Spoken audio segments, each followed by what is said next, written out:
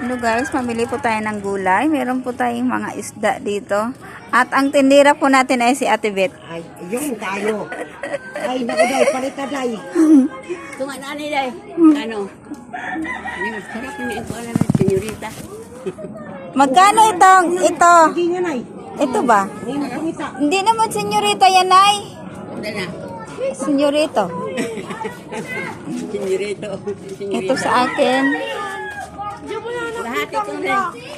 Kalahati ng Ano yan? At ating galunggo ngayon ay tag 200 ang kilo. 47. Ang. Ang sayute. 90. Ay, napakamahal naman ang bilihin. Kakain na lang ako ng kamote. Magkano ang kamote? Ate Beth, magkano? Ay, Di ka kaon ani day? Ha? Sarap ni day oh. O nga, masarap nga yan. Mamaya kukuha ako.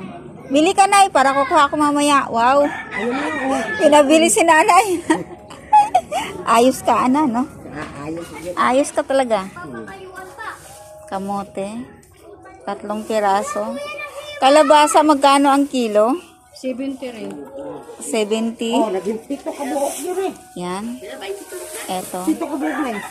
Di rin mo dalagay. Di rin mo dalagay. Ang upo. 20. Ayan, upo din. Wala na. Alin ba dito? Buka ba ako itong lalandiin ko lang? This one? 57 at saka 30, 57, Yan. 77. Tapos meron po silang mangga. Magkano ang kilo na mangga? 90. Pero hindi ako bibili. Meron po silang bangus. Yan.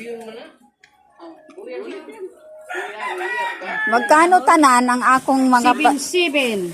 7.7. 7.7 lang. Dagdagan natin. Sibuyas pati. Pagam sinig ko. Pais nanay. Wala na akong sibuyas.